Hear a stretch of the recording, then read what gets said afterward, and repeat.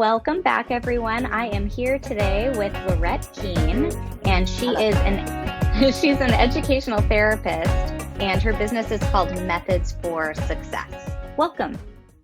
Thank you. Happy to be here. Thank you. You're welcome. So, tell me and the listeners a little bit about you and your practice.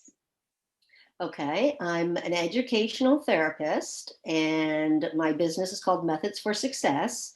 And educational therapy is something that not a lot of people are familiar with, but it's kind of like a highly specialized tutor.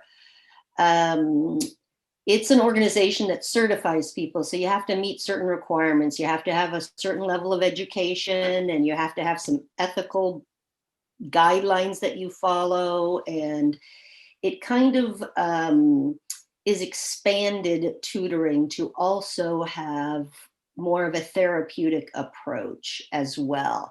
Mhm. And the kids that I work with tend to have learning disabilities or fairly significant learning differences anyway. Sometimes they're diagnosed and they'll come from someone like you with a full report. And other times it's just suspected and someone wants me to work with their child. And then I'll say, oh, yeah, you need to go and have that assessment. So you have that documentation. Um, so I specialize in dyslexia. Um, and most of the students who work with me have dyslexia, and often they have something else, often anxiety, often attentional issues, sometimes emotional issues. So I often have dyslexia. That's Yeah. kind of my specialty. All right. And a lot of times dyslexia does come along with other things, especially, a lot of comorbidity. Absolutely, Yeah. absolutely. And even if there is nothing comorbid, they're all so unique anyway Hmm. that it really is. Yeah, it's a great population to work with. Yeah. And what got you into this field? Oh, well, I went to school originally for engineering and worked in tech, and then I stayed home to raise kids. And my youngest child is dyslexic, like really, really dyslexic. Hmm. And we struggled for years to like figure out what the heck was going on.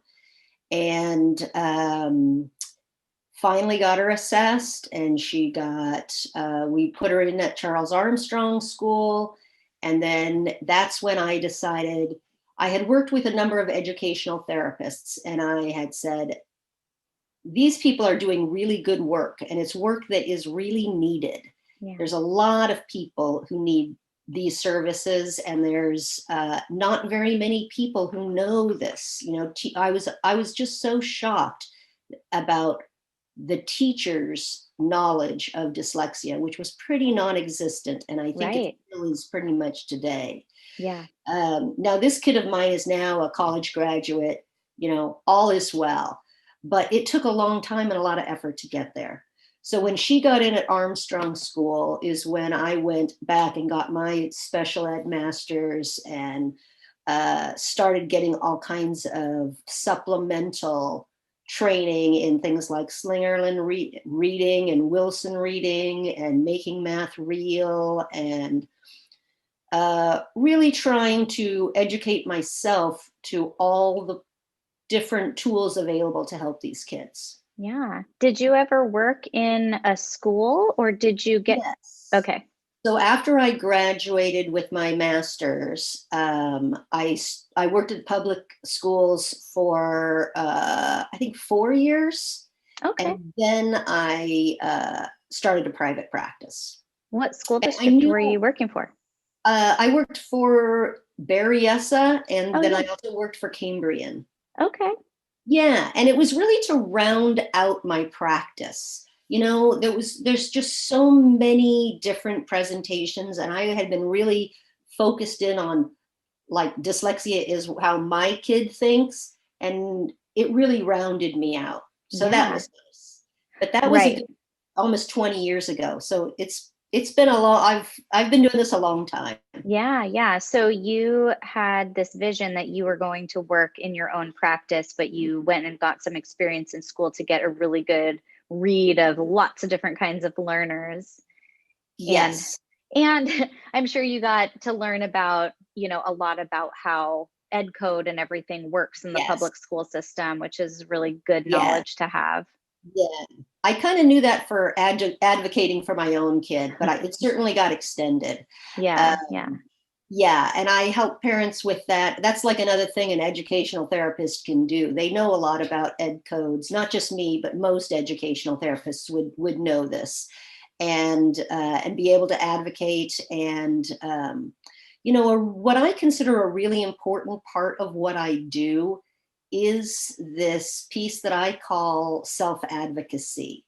But it's really more about self-acceptance and knowing yourself and accepting yourself and knowing what works and supporting what doesn't work.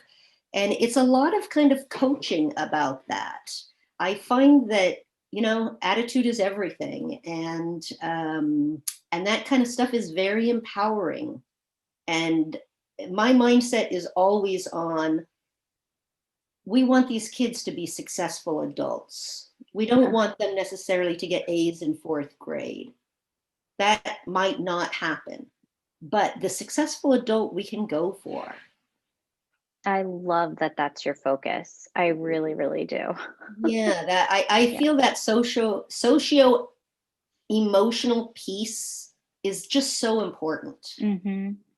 And so many kids who come, they're pretty broken down about themselves when they start. Right, right.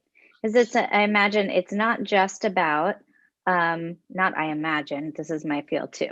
It's not just about building the academic skills in kids, but it's about giving them the confidence, the wherewithal to know when they need to ask for help, to know when they need to use a tool, to self accept and advocate so that they can um, work with what they have and keep growing with that so that they can ultimately become successful adults.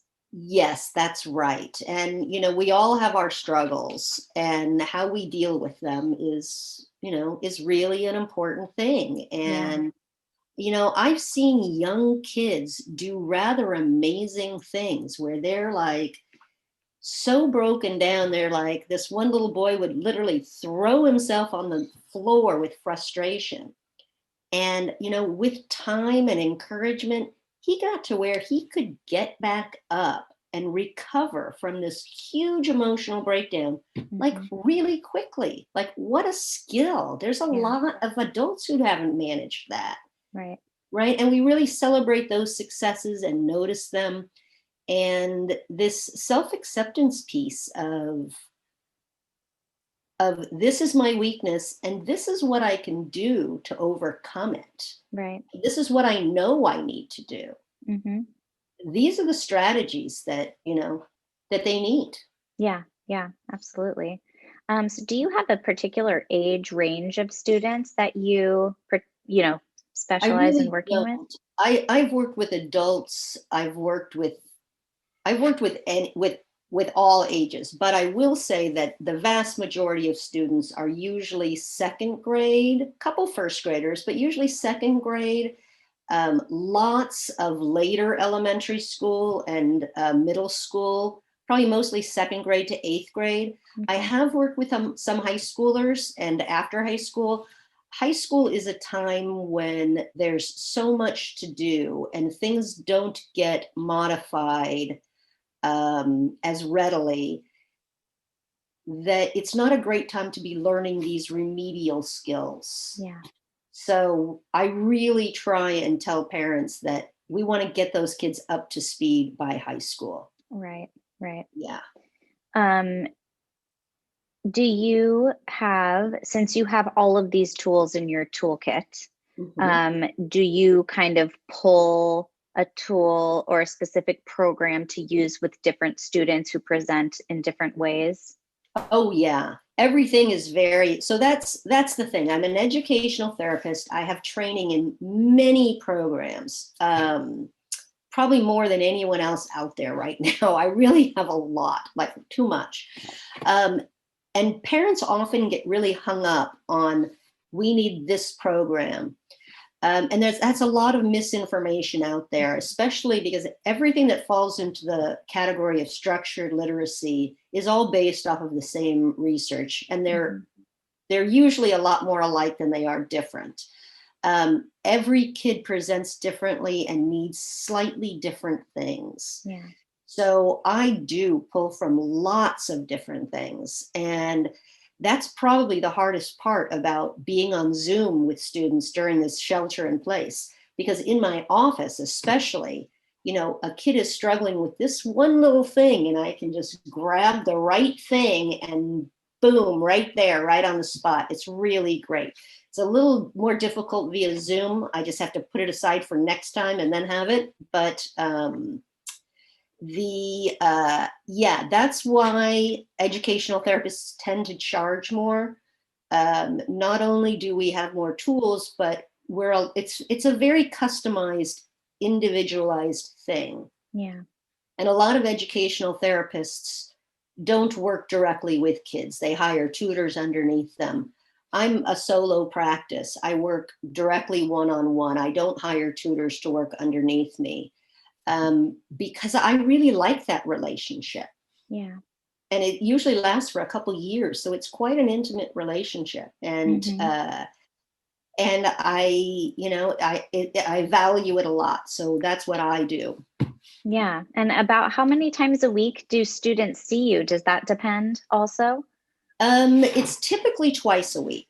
It doesn't have to be, but most of these structured literacy interventions they're based off of research that is twice a week at a minimum. Yeah. I've had kids come for 8 hours a week. It really gets expensive, but I've had parents do that. I've had some public schools pay for that. Yeah. Typically it's 2 hours a week, twice a week. Yeah. Do you even have any openings right now? No, I don't. And I'll tell you, I almost never have openings, and that's just the way it is. Almost everyone who comes in comes off of a wait list. Yeah. Sometimes it's quick though, because people tend to get on a lot of different lists. And if someone calls me, I'll say that. And I'll say, start, you might find someone available who doesn't have a lot of training. Just start with someone. Right. And then you can stay on my wait list, and you may find that the person you're with is great, and you stay there, right? Yeah. And actually, that's probably what most people do. But occasionally people will be waiting. And I'll tell you, 20 years ago when I was doing this with my kid, I got on a wait list and I spent a year with someone who wasn't the best, but we were moving forward, right? Right. And then I got in with the person that I really wanted. And then we went to Charles Armstrong School. So yeah. Oftentimes, oftentimes things can't happen right away, right? I mean, like people in private practice were, someone called me the other day and was like, "Oh, great. So can you do this like, tomorrow?" And I was like, yeah, no, I can't. But, there are other things you can do in the interim. And that's right. Especially if a young student is having any kind of reading difficulty, there are two things I always recommend. Number one, read all the time. And number two, find someone to help, So, I mean, I just gave your name out the other day, but I also gave 3 others. So you're full, but it was for, a little girl who doesn't have a diagnosis yet, and may not ever get one, but it's like, there are definitely signs and symptoms. Do you need an assessment? Not necessarily. If all you really want is for her to improve on her reading, then start with that intervention, you know? That's right. That's Yeah. right. And I'll tell parents the same thing. And I'll say, within a little bit of time of me starting to work with that child, I'll very quickly have a very good sense of Yeah. whether they need an assessment or not. Right. Right. And Right. I think because I've walked the parents' path, right? I've walked in those shoes. I really do take very seriously this work. And I Mhm. know resources are limited for parents, and time is limited for these kids. We've really got to get them the right interventions as soon as possible. Right. And there are some that are more available. Like, there's a lot of Barton tutors out there, and I'll say, if you can get in, get in. And then if it's not the best fit, or your child needs something stronger, then Yeah. when I have an opening, you can switch over. Yeah. And I do. that's. A lot of it has to do with the match and personality also. Totally, And that's one totally. of the main reasons, what you're saying right now is the reason I am doing this work here, right? On the Right, first night of Hanukkah, my family is right, waiting for me to light candles. And right. I'm like, wait, I have an interview, because I Oh, think, because it's important to me. I didn't realize that it was the first night of Hanukkah. I'm Jewish, but not that Jewish, so I didn't right, realize when I scheduled. right. But yeah, I just I this helps me refer families, because it's not just like, oh, you need a reading specialist, you need someone who works with dyslexia, you need a Barton tutor, you need a Wilson tutor, you need someone who your kid is going to jive with, who they're Yeah, going to want to work with, yeah, and who can support in reading. And then there are then you can start to be nitpicky, right? But yes. you could just kind of have to get it going. And by being able to like understand what it is that different people in the community do, and to just put it out for parents to like think like, oh yeah, you know what, I saw a video or heard a podcast, and that person seems like they'd be a really good match for my kid. Like, we have to be more kind of accessible and visible, Yes. so that people can find us. Yes. And as a parent, I struggled to find someone way back when. I don't think it's changed so much. And Yeah. there is a real shortage of people. But I do think that that when you find someone who's doing it like you and I, there's a lot of passion about what we're doing. Hmm. And that's and I'll tell you, for one thing, I truly believe these kids can be successful. And I truly believe that as a society, we really want these kids to be successful. Yeah. So, yeah, there's a lot of passion there. Yeah, yeah, I agree. I love how you say you have too many things because you keep just learning more and more. I Yeah, feel exactly the same way. I like yeah. have my laptop in the bathroom with me while I'm like getting ready in the morning, playing some kind of like webinar or podcast. My boyfriend laughs at me, he's like, oh God, he comes in, I'm like, oh, sorry, I'll turn that off. But we're very passionate about our work, and there's never enough learning I feel like I can do. And I just love it. I just. Well, things keep changing. It's a field that's evolving. And Hmm. yeah, you can go to a new conference, every year and find something new that you don't know about. Yeah, yeah, I And love that's that about really that too. nice. Yeah. Yeah. Well, just like we were talking about, just even the assessment of dyslexia and how our assessment tools have improved, Yeah. really. Yeah. Um, and I really love kind of looking at, you know, and it's not always clean, like it's not always a clean No, profile. Yeah. it's But not but always it's clean. it's very interesting to see, like the dynamics of how students, processing is working, and or like I like to describe, like taking back roads. Like, are they taking super highways or are they taking back roads? How is the information getting processed? Is it a quick and efficient, or is it slow and laborious? Right. And Yeah. what can we do for success given those limitations? Exactly. Yeah. Exactly. Yeah. Well, do you, when we'll wrap up in a second, but one more question and then I want to have people know how to find you. But do you have any tips for parents, like especially as we're in distance learning, we're doing distance working, Oh, you mean coping with the current it could be situation? coping. Yeah, coping in the current situation kind of with your lens. Um, well, I think the number one thing right now for people is to focus on, again, the emotional development. I think stress is at this very high level. I think there's a lot of exhaustion going on with kids. Um, I think for parents, having the attitude of this too shall pass, and it will, right? It will pass.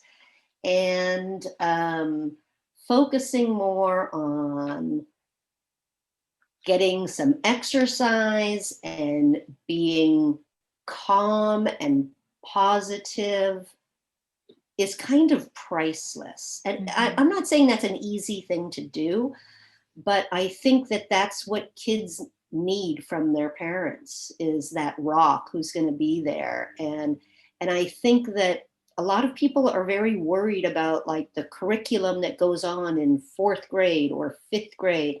And I really feel like we can make up for that. We really can. Yeah. um, I think the social emotional development that is constantly happening with children